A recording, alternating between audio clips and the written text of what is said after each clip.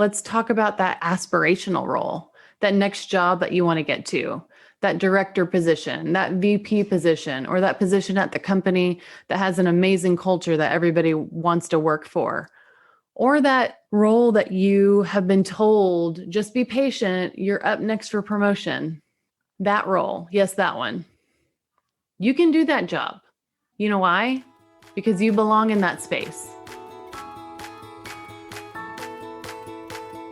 Welcome to You Belong in the C-Suite podcast. You are ambitious in life and in your career, but something is missing. You want to bring more of your passion to what you do. Because let's be honest, you pour a ton into your work, and it needs to mean more. I'm your host, Laura Eigel. I'm a mom, wife, PhD, coach, advocate, introvert, and indoor rowing fanatic. I'm passionate about living a life that's in line with my values. We'll give you the actionable tips and tools you need to lead with your values, make a difference, and have career success. The world needs more diversity and authenticity in the top jobs at organizations. Your leadership belongs there. You belong in the C-Suite.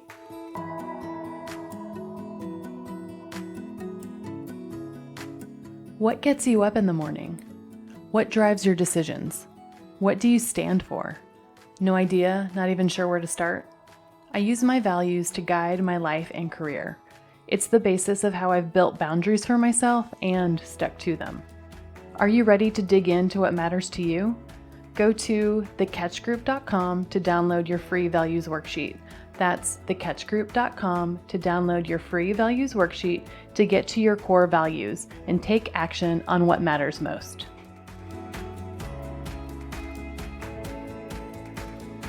Welcome to the You Belong in the C-Suite podcast.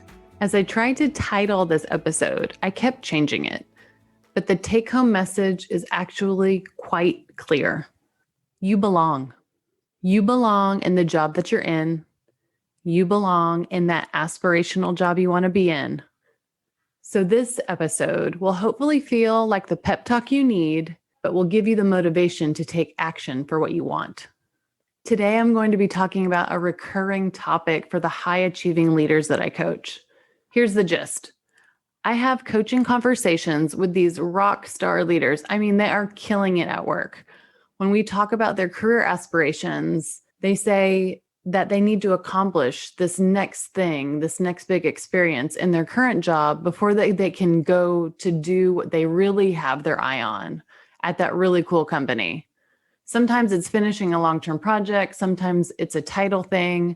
They feel like they need to get the title at their current company before they can do that job at a similar company. I've heard this from so many leaders lately.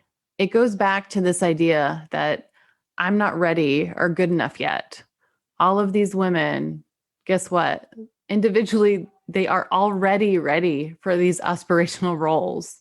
This am I good enough feeling or imposter syndrome. It starts early and it repeats over time. As one person said it recently, they don't know how to own the space they've conquered. They find that even in the jobs that they're currently in, that they aren't 100% occupying it fully. They speak their mind, but sometimes they still don't feel worthy of the space that they have literally been in and achieved. Others don't feel good enough to go after the thing that they want because they feel like they aren't ready or still need another experience. Or they see what's out there and they don't meet the requirements for the job description. For all of you, you belong here. You belong in the spaces that you're in. You've gotten yourself to where you are. And you know what? You belong in all of the spaces that you want to be in too. You belong in those aspirational spaces. You're probably already qualified. I talked about this in the episode number 6 of this podcast, The Lies of Imposter Syndrome. Check it out if you haven't already. In that episode, I gave a detailed firsthand experience of when I didn't think I was qualified for jobs that I eventually got and excelled in, both early in my career and much later in my career. There's a common theme. Am I ready to be in this place? I say yes, you are ready. So next, I'm going to bring you through a few actionable self-reflection questions. If you're in your current role and you have limiting beliefs about it, think about that role. You're in that for a reason. I bet you are showing up, but you still have imposter syndrome. You question yourself. Who am I to be here? But here's the thing, you belong in that place. You might be a leader of a small team or a big team, or even in the C-suite. You got there yourself. I am going to ask you to do some self-reflection. Here's a few things that you can think about. First, what are your core values? If you don't know, then use our free values worksheet on thecatchgroup.com to download it and find out what your core values are. Then answer these questions. What would it mean to fully lead with your values in the space that you're in? How would that feel? What would it look like? It might look like giving your opinions in meetings or talking directly more to the senior leadership about your team's strategies. Are you doing that now? What limiting belief or story in your head is holding you back? Could it be something like, I'm only here because I'm lucky. I'm here because one leader helped me out. I'm here because the timing was right. Or a limiting belief might be something like, oh, well, the CEO would never want to hear from me. My ideas aren't that great. Ask yourself this, is that story true? In her Netflix talk, Brené Brown talks about the stories we tell ourselves, and rarely they are true. We replay these things in our head, giving ourselves reasons for things. But is it true? Most likely not. Root yourself back to what matters to you, your core values. Go back to that truth. You belong there. You should be able to live your values there. What next action can you take to live your values?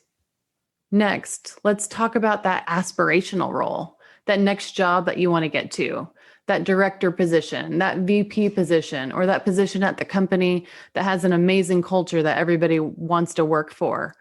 Or that role that you have been told, just be patient, you're up next for promotion.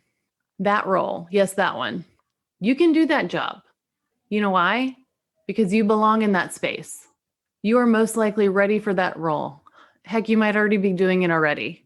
A long time ago, I heard the saying, sometimes you have to step out to step up, meaning that sometimes you need to leave the company that you're currently working for to get promoted to the job that you deserve to be in. Companies are tricky like that. Sometimes people stay in their jobs for a while, or there aren't that many roles, or it isn't the right timing. But you may be comfortable right now in your company or your role, and that's fine. That's great. But are your needs getting met? You're giving a lot. You're a high achiever. If you have had an urge or an inkling for a while that you think this isn't your forever job, or you've been waiting too long for your forever job at that company, then take inventory. First, check in with your values. What would living your values mean? For instance, one of my values is development. And if I'm really living it, I'm developing my team and women to advance their careers. At my previous job, my value of development was being met because I was developing my team, but I wasn't able to do the executive coaching as much as I wanted to because that wasn't part of my job. So I was only partially meeting my value of development.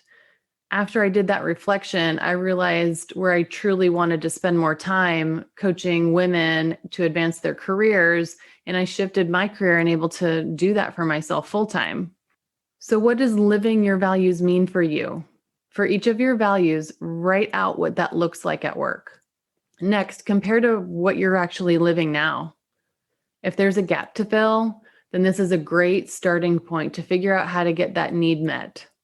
What's stopping you from getting that met, to living your values at work? Is it hesitancy to leave what you know, leaving your team, leaving the familiar or comfortable? What limiting beliefs or stories are you telling yourself about that? That you need another role at your current company before you can get that job at the aspirational company? That the company will eventually promote you, even though they've been saying that for months and months now? That your partner would never think that this is a good idea, or maybe that you would be giving up too much. What is the truth? Do you really need to have another title to move to another company? Or will you get the title when you move to the other company? Grab a trusted peer and talk through your reflections. Take one small step to get closer to the thing that you want. Answer that recruiter's message from LinkedIn. Check in with someone from your network. Have a career conversation with your manager. The biggest thing that I want you to remember is this: you belong there, wherever it is that you want to be. I'm challenging you to do this reflection and then take a small step to living your values at work. I hope this episode encourages you to occupy the spaces that you're in and gives you the motivation to take action for what you want. Remember, your leadership belongs here. You belong in the C-suite. That wraps up today's episode. I want to thank you so much for listening to the You Belong in the C-Suite podcast. If you are enjoying this content, please remember to rate and review on Apple Podcasts. By leaving a review, you are helping others find this content. We will be featuring 5-star reviews on air in upcoming episodes. Editing and support for the podcast is done by S&E Podcast Management. To get more tips and tools to help you live a life guided by your values, go to thecatchgroup.com. Keep your boundaries and take care.